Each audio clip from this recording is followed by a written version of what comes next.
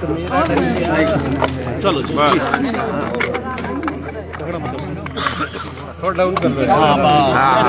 बस नीचे नीचे नीचे बस जी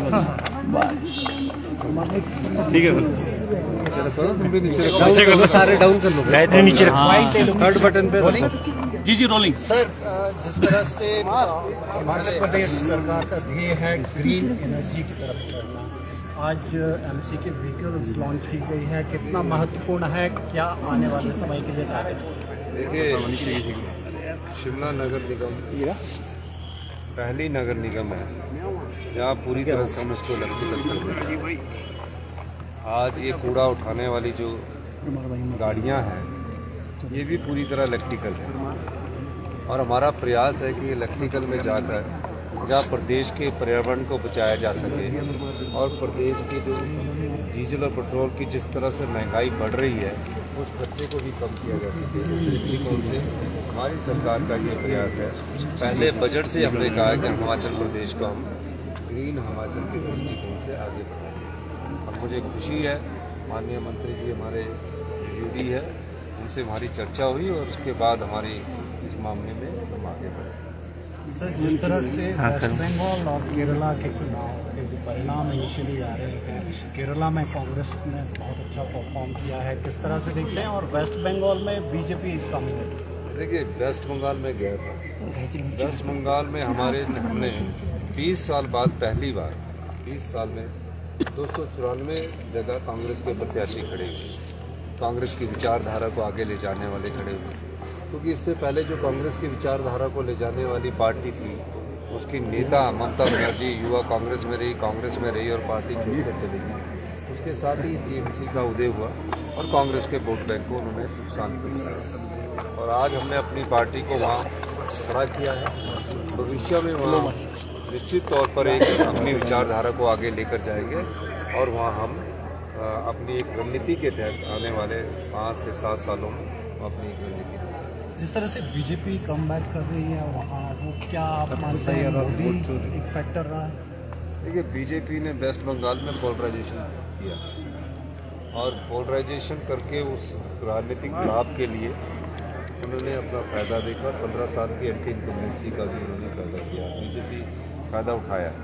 इस समय उन्होंने मौके का फ़ायदा उठाया कि एंटी इनकम्बेंसी आने वाले समय में बीजेपी से वहाँ कांग्रेस का मुकाबला होगा और कांग्रेस वहाँ कंपेयर करेगा। बीजेपी पर यह भी आरोप लग रहा है कि इलेक्शन कमीशन के साथ गठबंधन था भाजपा का और एसआईआर की वजह से जो है लाभ मिला है बीजेपी को। 2014 के बाद एक राजनीतिक परिवर्तन आया। पहले लोकतंत्र में किसी भी संस्था को दबाव में नहीं लिया जाता। 2014 के बाद अब ये जैसे पोस्टर बैनर होते हैं ना, पोस्टर बैनर होते हैं, माइक होते हैं, अनाउंसमेंट्स होती है इलेक्शन के समय, उस तरह बीजेपी ने अपने एक हथियार को ऐसे इस्तेमाल किया जिसमें ईडी आ गई, सीबीआई आ गई, इलेक्शन कमीशन आ गया। वो अपने एक हथियार और कार्यकर्ता के रूप में इसका इस्तेमाल करते हैं। उनकी अपनी एक प्रक्रिया है और मैं ये कहना चाहता हूँ कि निश्चित तौर पर जब चुनाव लड़ते तो उसमें साम दाम दंडभेद का यूज करते। बीजेपी ने वो किया जो कांग्रेस पार्टी ने पहले कभी नहीं किया। सर ईवीएम भी लगता है आपको फैक्टर? केरला में हम ओपोजिशन पार्टी थी, वेस्ट बंगाल में हम कहीं भी नहीं थे। वेस्ट बंगाल में हमारे 49 साल से हम सत्ता में नहीं है, 49 ईयर से हम सिर्फ अलायंस पार्टनर रहते रहे। काफ़ी सालों बाद वहाँ हमने अपने कैंडिडेट खड़े किए हैं और केरला में मुख्य विपक्षी पार्टी थी और हम वहाँ बहुत बाउंस बैक किए हैं और बाउंस बैक करके जो वहाँ लेफ्टिस्ट उनकी सरकार को हमने हराया। सर ईवीएम भी आपको लगता है अभी भी कोई? देखिए अब अभी तो चुनावों के परिणाम चल रहे हैं, ईवीएम का कोई भी हैक कर सकता है, कहीं भी हैक कर सकता है, ये तो बात स्पष्ट है।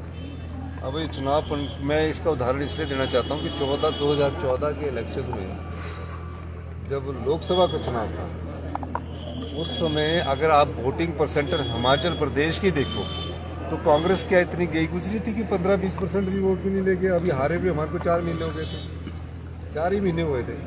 हम अपनी मैं एमएलए था, अपनी विधानसभा क्षेत्र से 1 साल में ही मैं कितने वोट डाउन हो गया। तो वो कुछ कहीं ना कहीं शंका पैदा जरूर होती है और इतनी परसेंटेज इतिहास में हिमाचल के कभी भी नहीं हुई थी। 2014 की बात, तब मैंने उस समय ईवीएम की बात की थी और उस समय लोगों ने विश्वास नहीं किया था। अभी परिणाम आ रहे हैं और परिणाम हमें खुशी है कि हम केरला में बाउंस बैक कर रहे हैं और ठीक है, हम वेस्ट बंगाल में चुनाव हार रहे हैं, तमिलनाडु में हमारी अलायंस पार्टनर है, उसका भी परिणाम देख रहे हैं और असम में हम चुनाव हारे हैं, तो उसमें कोई दो राय नहीं। लोकतंत्र की विशेषता है हिमाचल प्रदेश में जो चुनावों में ऐसा होता है। हिमाचल प्रदेश में पंचायत और नगर निगम के चुनाव कांग्रेस पार्टी किस तरह से एक तरह से हिमाचल प्रदेश में इसको सेमीफाइनल माना जाता है विधानसभा से? नहीं, ये चुनाव नहीं है सेमीफाइनल, सेमीफाइनल तो हो चुका है, अब तो फाइनल होगा 27 में। लेकिन फिर भी ये चुनाव एक पैमाना होता है हर एक राजनीतिक दल का। मैं ये कहना चाहता हूँ, आज हिमाचल के लोग जो गैस का सिलेंडर 1000 रुपया बढ़ा दिया गया, नगर निगम के चुनावों में जो शहर में रहते हैं, गांव में तो हम चलो चूल्हे का भी इस्तेमाल कर देते हैं, लकड़ी का भी इस्तेमाल कर देते हैं, गाँव में हम रहते हैं, कम गैस का उपयोग करते हैं। 1000 रुपया अगर एक गैस के सिलेंडर में अभी भारतीय जनता पार्टी की केंद्र की सरकार ने बढ़ाया है, तो जो नगर निगम के धर्मशाला में चुनाव होंगे शहर के लोगों का उसमें फर्क पड़ेगा, सोलन नगर निगम के चुनाव होंगे उसमें फर्क पड़ेगा, मंडी नगर निगम के चुनाव होंगे कि 1000 सिलेंडर देखकर लोग वोट डालते हैं कि नहीं डालते मंडी नगर निगम के चुनावों में, और पालमपुर के नगर निगमों के चुनावों में क्या किस प्रकार वोट डालते हैं। महंगाई आसमान छू रही है। भारतीय जनता पार्टी ने हिमाचल की जनता के 10,000 करोड़ रुपया जो आरडीजी के रूप में काट के रख दी है, वो जनता को ध्यान में रखना है। आपदा प्रभावित परिवारों के समय जो सहायता राशि मिलनी चाहिए थी और जो प्रधानमंत्री मोदी जी ने 1500 करोड़ रुपया घोषित किया है नगर निगम के चुनावों में, उसको मद्देनजर रख के भी लोग वोट डाल देंगे। लोकतंत्र में जब लोग वोट डालते हैं तो ये सब चीज़ों का ध्यान में रखते हैं। मैं ये नहीं कहता कि वो किस प्रकार वोट डालेंगे, लेकिन इन चीज़ों का ध्यान रखेंगे। आप बताइए, जब आपके हर महीने जेब से अगर किसी के घर में एक सिलेंडर लगता है 1000 रुपया निकलेगा, तो हमारा 10,000 करोड़ निकलने के बाद हमारा बजट घट गया, राज्य का बजट घट गया ना हमारा निकलने का, क्योंकि भारतीय जनता पार्टी की केंद्र सरकार ने 10,000 करोड़ ले लिए। हमारा 10,000 करोड़ में से जो पिछले साल 58,000 करोड़ रुपए का बजट था वो घटकर हमने 54,000 करोड़ किया।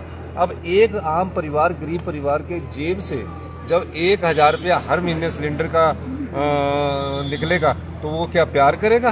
वो कुछ ना कुछ तो उसके दिल में दर्द होगा कि भारतीय जनता पार्टी ने कैसे बढ़ा दिया। इसी तरह महंगाई किस प्रकार आसमान छू रही है, ये सब चीजें जनता आने वाले समय में देखी। ये गैस सिलेंडर का मुद्दा बनाएगी कांग्रेस इस चुनाव में? बना रही है भाजपा कि आपने जो चुनाव हमारी सारी 10 गारंटियां पूरी हो गई है और इतनी स्पष्टता से मैं साफ बात कहना चाहता हूं कि गारंटियां को चरणबद्ध तरीके से पूरा किया गया है। सर, शिमला के और एक चीज और मैं बताना चाहता हूं कि गारंटियों में 10 गारंटियां थी। ट्राइबल बेल्ट में सभी महिलाओं को 1500 रुपये मिलना शुरू हो गया स्टेज 1 में। स्टेज 2 में कुछ क्षेत्रों में हमने बैकवर्ड डिस्ट्रिक्ट की महिलाओं को मिलना शुरू हो गया, जैसे कुपवी हो गया, डोडरा कुआर हो गया, वहाँ मिलना हो गया।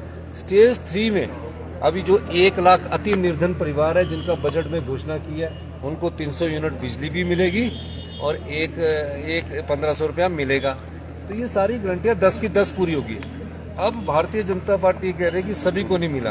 अब मैं भारतीय जनता पार्टी के कार्यकर्ताओं के और एमएलओ की पत्नियों को तो नहीं दे सकता ना, वो तो सिर्फ आम आदमियों को देना पड़ेगा जिनकी 2 लाख रुपए से कम इनकम है।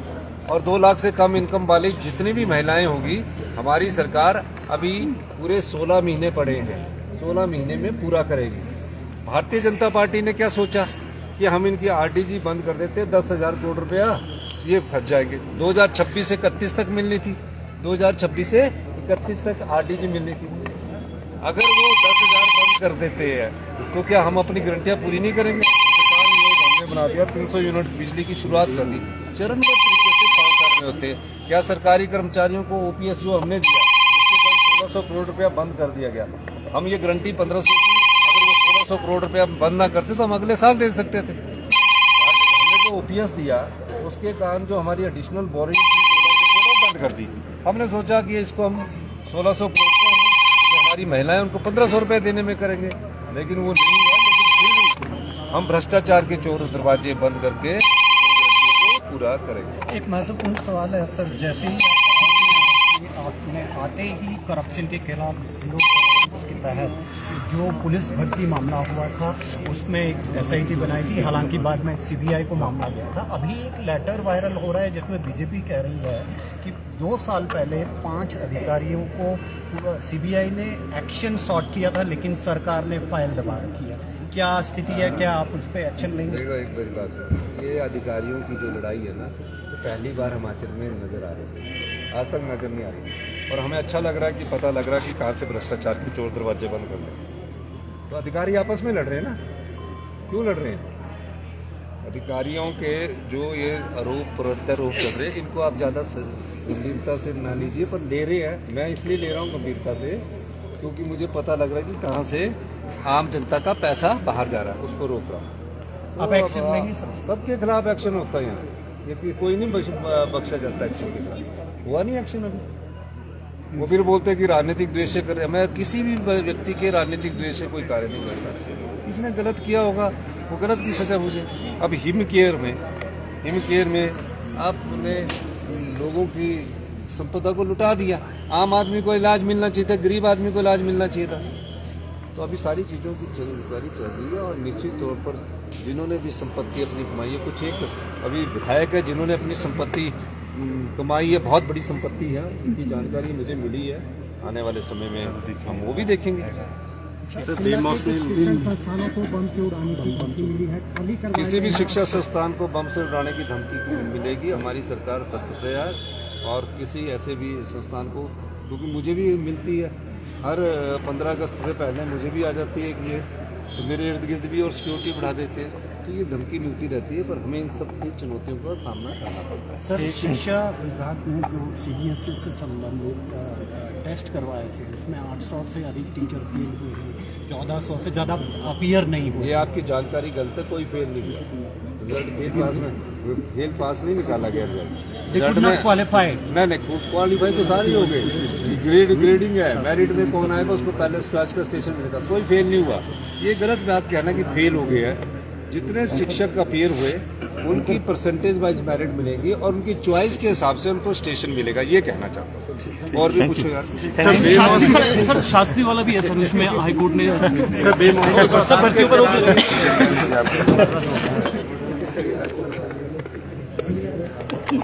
ये किसका है?